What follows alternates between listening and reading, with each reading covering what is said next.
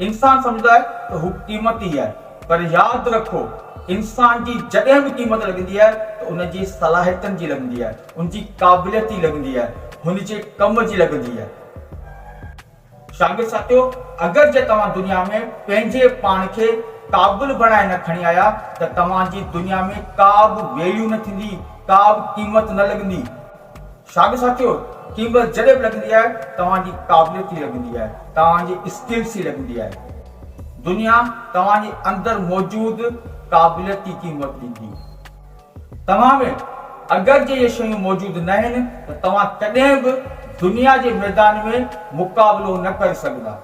शागिर्द साथियो, अगर जे तव्हां वटि सोच आहे, किरदार आहे, इख़्लाक़ आहे, नज़रियो आहे त दुनिया तव्हांजी ज़रूर क़ीमत ॾींदी।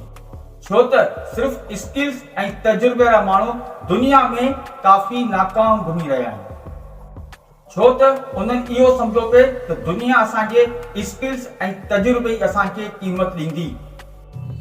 जॾहिं का कंपनी या दुनिया के इंसान के हायर कंदी आहे त उन जे स्किल्स ऐं तजुर्बे सां गॾु उनजो इख़्लाक़, उनजो रवैयो, उनजो नज़रियो ऐं उनजी सोच जी परख ज़रूर कंदी आहे। दोस्तो, तव्हां जंहिं फील्ड में आहियो, जेको बि तव्हांजो हुनर आहे, जेतिरो बि तव्हां वटि तजुर्बो आहे, उन सां गॾु तव्हां पंहिंजो किरदार, पंहिंजो नज़रियो, पंहिंजी सोच बहितर खां बहितर बणायो त हीअ दुनिया तव्हांजी क़ीमत ज़रूर ॾींदी ऐं तव्हां दुनिया में कामयाब तरीन इंसान बणिजी वेंदा।